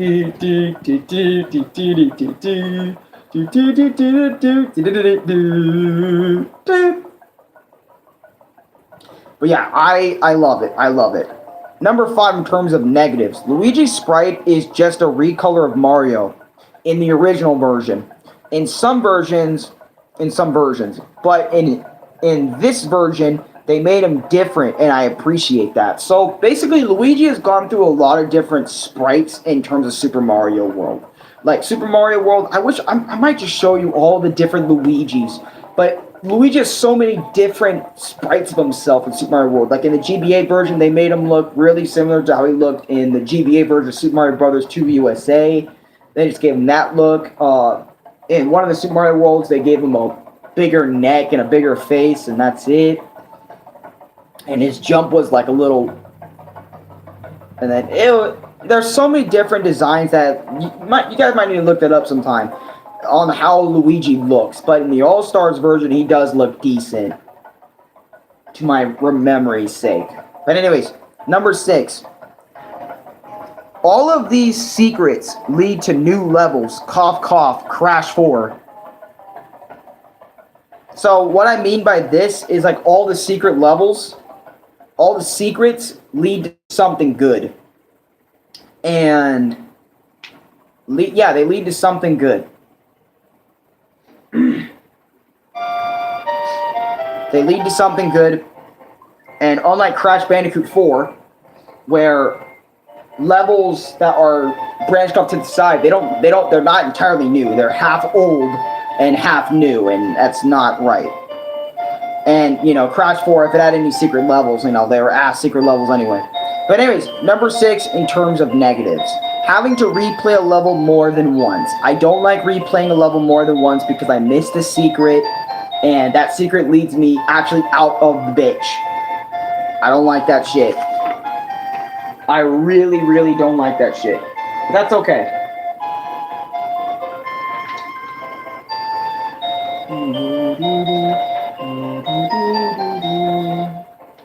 I'm sorry, I'm in love with the music in Super Mario World, dude. I just fucking can't. It's such a good track, man. So fucking good. Anyways, number 3 and number 4, okay. Number 7, the Forest of Illusion is pretty cool in general. Now, I understand the Forest of Illusion, but I can understand why people don't like the Forest of Illusion whenever they get to Super Mario World, because you have to figure out the secret without dying, or you have to figure out the secret exit out of Forest of Illusion, like not only for the blue P-switch stage, but out of the Forest of Illusion. And I remember for years, me and Louie were just always getting fucked over by the Forest of Illusion, but as we grew older, we understood it, / looked it up on YouTube, to figure out how to get the fuck out of it. And the Forest of Illusion nowadays, to me, it isn't a big bother anymore. It's actually really cool, and a really cool idea that Nintendo made it a loop. If you don't find fucking... You know what I'm saying? If you don't find it, you just go in a loop. But if you do find it, you find a new pathway either out of it or to the blue switch path, which is actually really nice. Number 7, Chocolate Island 3's exit, meaning playing this 3 times and more times if you're new, was bullshit. I absolutely agree. Chocolate Island's 3 exit, because 2 or 3 different exits that you have to do. There's one exit where you get the next path, and the other is a loop around to another level that loops you back to the same level you just did. And having to do this more than once was actually very annoying for me, and I don't like that shit.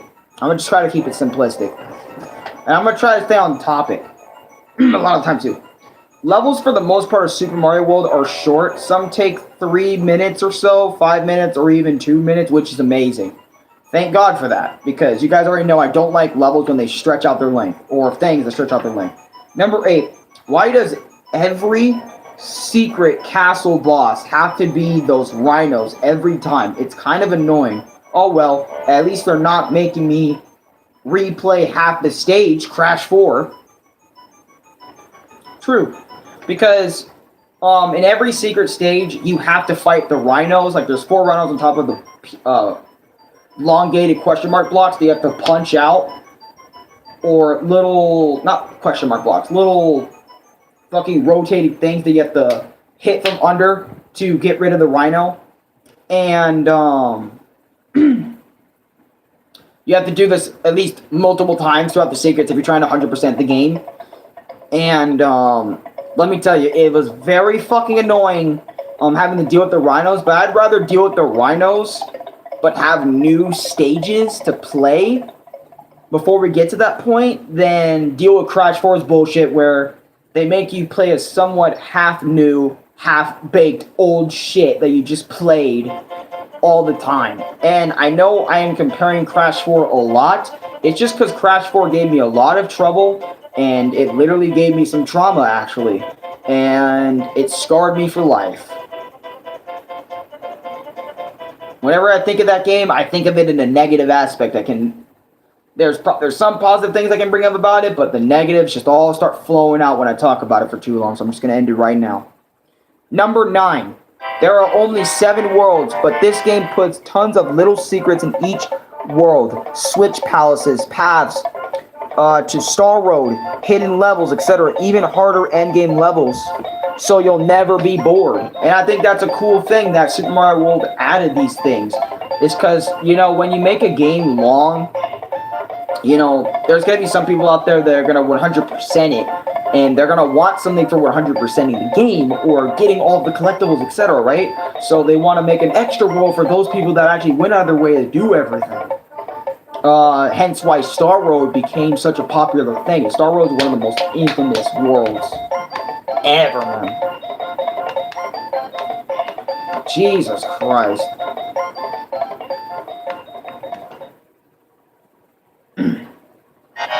But anyways, yeah, you get my point, right? Just love it. I love all the secrets that Super Mario World has to offer. Number 9, the Koopalings for the most part were a joke boss fights. Kind of like Crash Bandicoot's boss fights in the OG trilogy and Insane, which is pretty much the same thing, but just high graphics. But yeah, the Koopalings weren't really that much of a problem for me this time around, since I'm smarter and I know what the fuck I'm doing, so yeah. Number 10, Bowser, or should I say King Bowser, doesn't go down in 3 hits and has different phases in the fight. So basically, like, he has different phases. What I mean by that is he has different moves. Like, he has this giant ball he gets out of his clown car. He has, not only that, but he also throws these little henchman guys. And you have to hit them multiple fucking times, man. Multiple times. And I remember in my Super Mario World video, I was very annoyed at this boss fight. But when I redid it with the stick controller, it was so much easier than with my hands. But, yeah. I digress. Number 10. If you're new to Super Mario World, this fight might drag on for a long time if you don't know what you're doing. That is a bad thing about this shit, is the final boss for new players might drag on because you don't know how to beat them. And even if you do, like, executing it for a new player is going to be more difficult than for a veteran player that already knows what the fuck they're doing, or just a player that knows what the fuck they're doing. And, let me tell you, when I made the Bowser in my video, I was not fucking happy. It took me about 12 minutes of that video to beat him. Because I was already on the final world, and I remember actually, at the time, I was always making new Super Mario Bros. World videos, but I always rage quit and deleted them because some stupid shit. I don't know. And people were pissing me off back then, so. with Super Mario World Series, but that's why I decided to play it off. Star Road 1, not even hard. Star Road 2, not hard. Star Road 3, not hard. Star Road 4, not hard. Star Road 5 was probably a little difficult, for my memory's sake. Number 11, the Star Road levels were way easy because of the two things, Cape Feather and Yoshi Wing Power Up. True. The Star Road levels are not that bad, but that was the end of part 3. Part 4.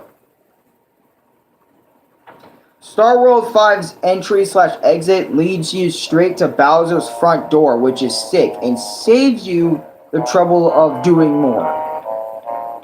Number 12 in terms of negatives, Valley Ghost House Secret, where you have to follow/make your own coin path. Fuck that. Never doing that again. I remember that shit. That shit was a pain in the ass. Number 13, Larry's boss fight was challenging because I was small Mario. Okay. Number 13, Tubular. It's the second level in Special World. Tubular itself. No checkpoints, no ground. You have to get through it with pea balloons. Tubular was one of the hardest levels in Super Mario World. Tubular secret level. I'm gonna show you guys this shit. Right? Let me show you Tubular.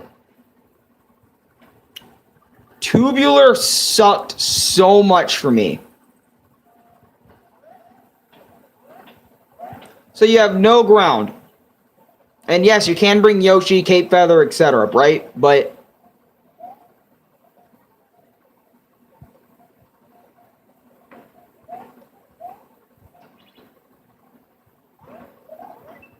now, check this out. You have to make it throughout the whole stage. No ground. No ground. Literally just make sure you have P-wings. And it's a short level, so the struggle isn't for too long. But still, dying at any point, you have to start all over again. Get hit, you're fucked. You have to start the level all over again. And that's pretty much what this level was in a nutshell. Crash 4, if this was Crash 4, they would have extended it to at least 10 minutes or some stupid shit. And make sure you hit all the boxes without dying or some stupid garbage that the game makes you want to do. Yeah, he's just dying, okay? But the stage is not that long. It's not 5, well, depending on how you are as a player, it depends on that, right? Okay. But Tubular fucking sucked for me. I did not like Tubular at all. After finishing Special World, all the Star Wars levels, they give you hard levels to beat. Now, this is true, okay? And I'm just going to say it was difficult as fuck. Anyways, number 14. Way Cool didn't feel like a level, like at all, and it wasn't hard. See, the thing is, in Special World, I was expecting every single stage after Tubular to be even more bullshit than the next. But it's actually a mix of bullshit and not bullshit at the same time. So, but anyways, number 15. Special World in general is a nice reward for playing for 100%. That's true. I agree with that. Number 5. Okay. Awesome was a cool stage. Groovy is cool stage. Mundo was a chill stage. Outrageous was hard. Outrageous was a hard stage, but not like Tubular hard or anything. Number 16. Lanari wasn't that hard, which is the first level in Special World. Funky was a fun last level in Super Mario World. And I'm so glad I finished this game, and I love Super Mario World. I don't know why the secrets made me not like the game. If you guys remember, I stated, and by the way, we're done, and I beat Super Mario World. Let's see. Give me a second, guys. Let me fucking figure all this shit out. September 29th, 2021. I beat this game September 29th, 2021. That is insane. So So by September 29th, that means I finished everything in the collection. Well, August and September, so it took me about a month or two to finish everything in the collection. Maybe. Well, I was taking a lot of breaks and stuff like that. But anyways, Super Mario World. My final rating on Super Mario World. Fuck my previous opinion on Super Mario World. Screw that opinion to fucking hell. Because, let me tell you guys something. Whenever you play a video game, I want you to get this in your head, right? If you hate it for the first time, sometimes replaying the game will change your perspective on it. Other times, it won't change your opinion. It will just enhance that opinion you had previously. But with this game, it was different. Super Mario World, to me, not only became a game I disliked for all of its secrets, but it's a game I cherish for that very same reason. Super Mario World, to me, was probably one of the best Mario games I've played in a long time.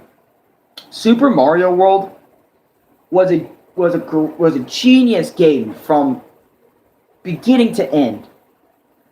Not only just Super Mario World, but the entire All-Star Pack idea. Whoever came up with the Super Mario All-Stars idea and slapped Super Mario World in there, you're a fucking genius, because not only it gave new people another way to play Super Mario 1, the first time in America, lost levels,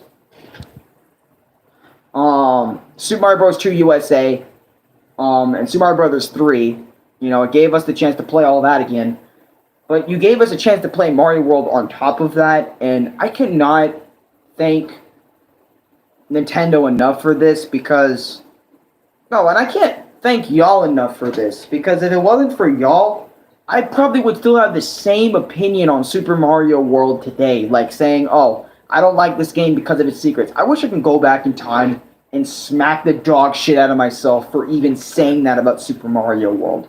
Saying that shitty-ass opinion about Super Mario World, oh, I hate this game because of how many secrets it has. Super Mario World, for its secrets, made the game even more fun to complete. Made it even more fun to play. Sit there and play, dude. It is so much better than what I gave it credit for the last time in my Super Mario World video.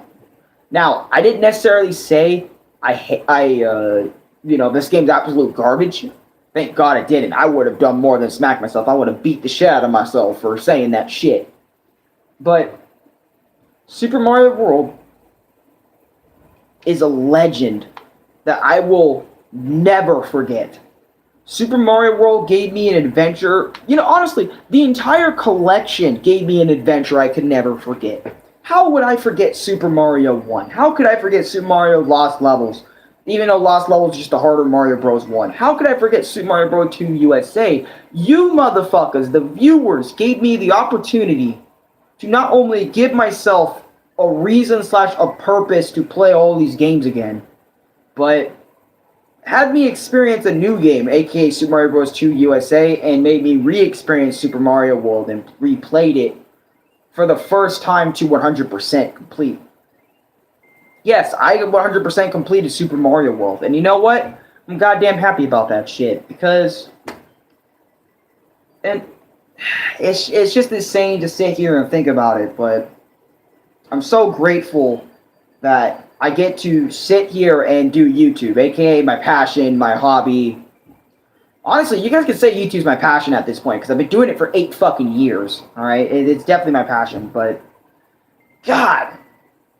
Fuck, I was so, guys, I was so happy to finally get this shit out of the way, dude. Super Mario Bros. 1, 2, Super Mario Bros. Lost Levels, Super Mario Bros. 3, Super Mario World. I was so happy to finally talk about Mario again, because reading my notes from this shit made me so much happier, because it made me remember my experiences with all these games again. And replaying them for, my experiences gives me a reason to play my games, like, and take them seriously. Guys, I know I said this sometimes and shit, but my experiences, my experience live streams that I create for y'all that are over an hour, 2 hours, 3 hours, it gives me a reason to wake up every day and play those games. Because guys, when I make my experience on something, I wake up every single day, dedicate at least a few hours a day to that said game, regardless if it was a drag or not. And it just gives me a sense of purpose to play these games and then make a big fat review / talking about my experiences, how painful this was, how awesome this was to you guys. It just makes me happy that I came up with this series in the first place, and now I'm doing it with video games. Because I remember I was going to do my experience with like TV shows and stuff, and I know I haven't done that too much yet. I didn't do that too much with TV shows, but I'm doing it way more with video games, more than TV shows. Because I feel like video games are just something I can do, keep myself occupied with. With episodes, I have to remember every single scene in that episode, or specific scenes I really liked. But with games, I can just bring up little moments here, and there, and spread them out, and make elongated shit like this. Like a long, something long y'all can have, and it makes me happy that I get to do this shit. But you know what also pisses me off that Nintendo's doing right now? So Nintendo, I want to give y'all a little heads up about this shit. Nintendo wants everyone to burn their Wiis or get rid of their Wiis, like the Nintendo Wii itself. Get rid of that, throw it out the window, throw it out the garbage. It's not worth anything, right? Nintendo wants us to do that so we can only have the Nintendo Switch for playing our old games and stuff like that. I read an article on it 2 nights ago, and I was so furious because Nintendo really wants us to just buy Nintendo Switches, never play Wii, GameCube, all their previous shits again that they don't think is good, or just the Wii for this example. It pisses me off because there are so many things on the Wii that the Wii did right. It has backwards compatibility. It allows us to play all the games that we had as children without Wi-Fi.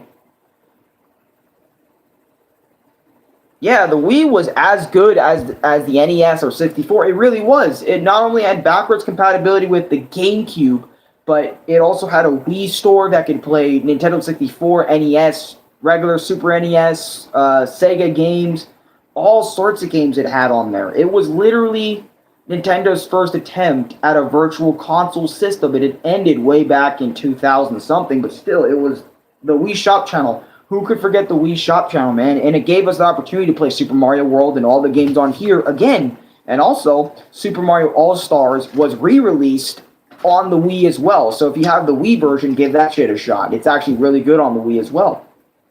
Even though it's the same as what I just talked about for the NES, but still, it's like a re-release for the Wii, but still, it's really nice. And the fact that Nintendo wants us to get rid of the Wii, just so we can play, the Nintendo Switch sports bullshit, the new one that's coming out, instead play their new shit instead of their old shit, it pisses me off because it's like talking trash on your own history.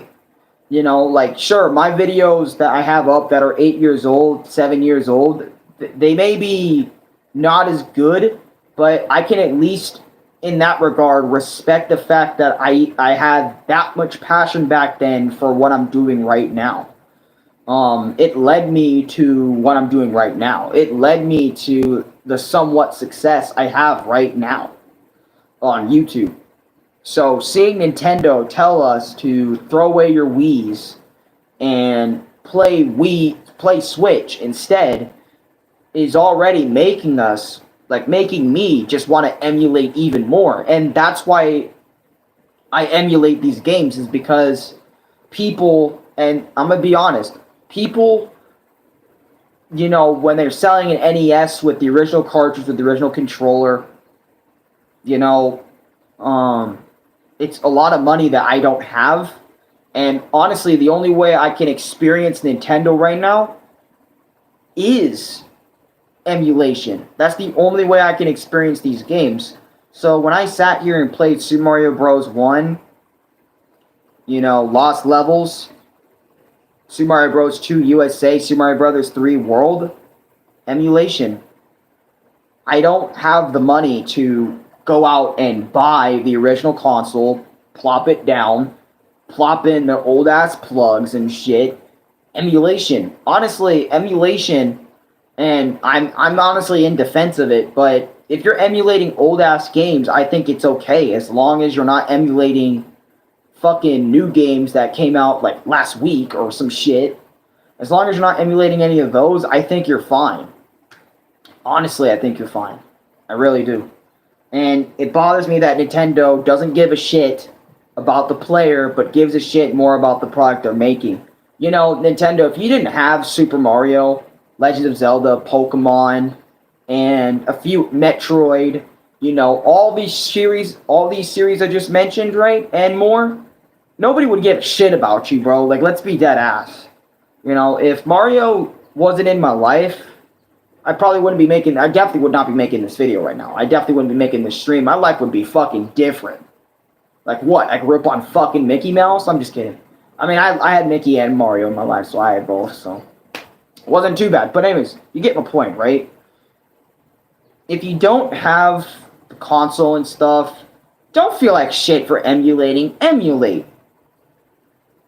An unboxed Super Mario 64 sold more in an auction than the world's most expensive wine. That is fucking insane. Just hearing that. That is insane. That is fucking insane. But anyways, you know, I sat here for a long time thinking to myself, thank you for putting this out, Alex. Thank you. Thank myself. I'm going to head out here in a bit, but I just wanted to thank you guys again because you guys gave me so much inspiration to play so many different type of games, man. Next week, I'll probably upload a gaming video. Hug your dad. Oh, I will. I will. Why did I wink one eye like that? That was weird. But, sorry, I actually had a winking problem back then as well, like a little, my eye would twitch or I'd wink a lot, like I'd blink, well not wink, blink a lot.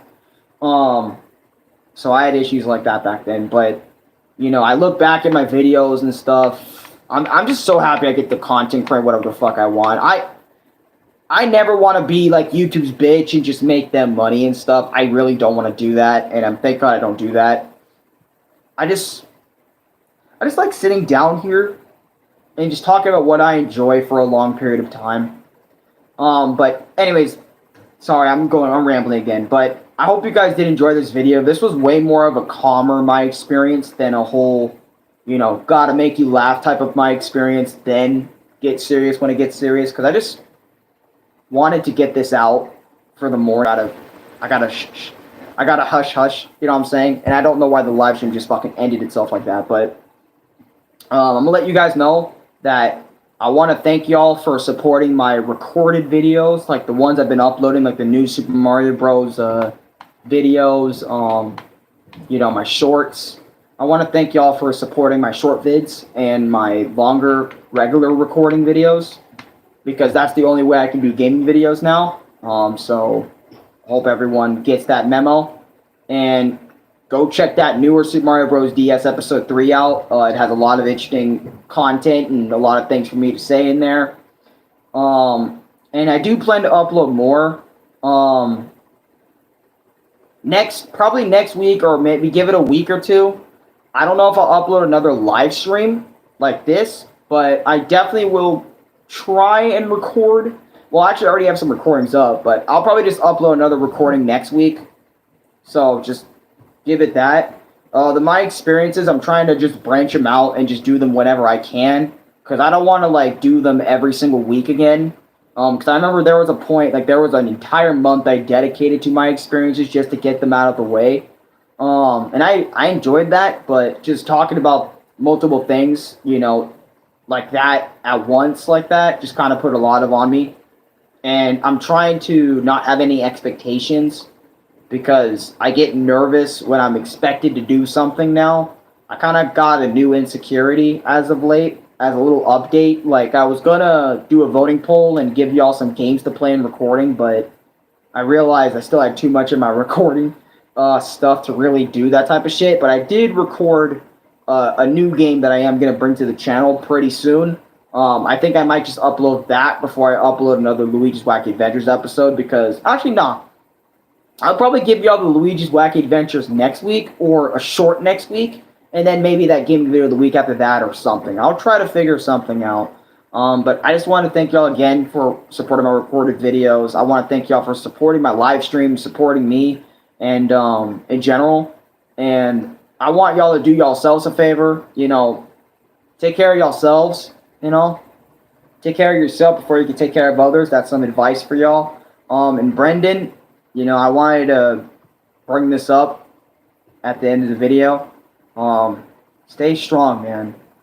Because I didn't lose my dad, but I did lose my mom.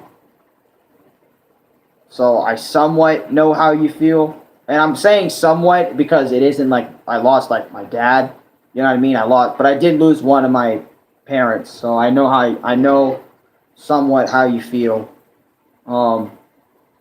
It's never easy losing a family member. It's honestly quite heartbreaking. And for people that haven't lost their family and they ask like, hey, does it ever get better? It gets better, but you never forget that it happened. You just get better at managing it, like managing that loss. It's not, oh, you completely forgot about it and you move on. It's always going to be with you for the rest of your life, where you're constantly going to be reminded by, people saying sorry for your loss and shit, and or soon to be lost, or people will remind you, or you'll be reminded by the photos you have of your family members in the house and stuff, and all that. It's really painful, but just stay strong, man. Because that's all we can really do when we lose somebody. Because, like, when you're in a family and stuff, and, everyone's sad that a family member is passing away, I just try to stay strong for the other family members. So, so it's like, they'll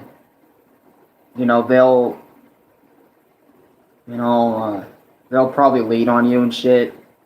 You get what I mean, right? Like, I'm sorry for bringing this up. It just reminds me of when I lost my mom and shit, and I kind of bottled up my feelings about it for a long time. But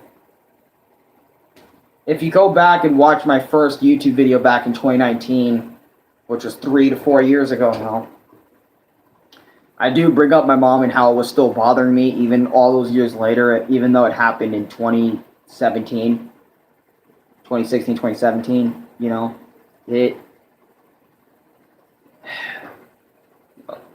like I said, stay strong.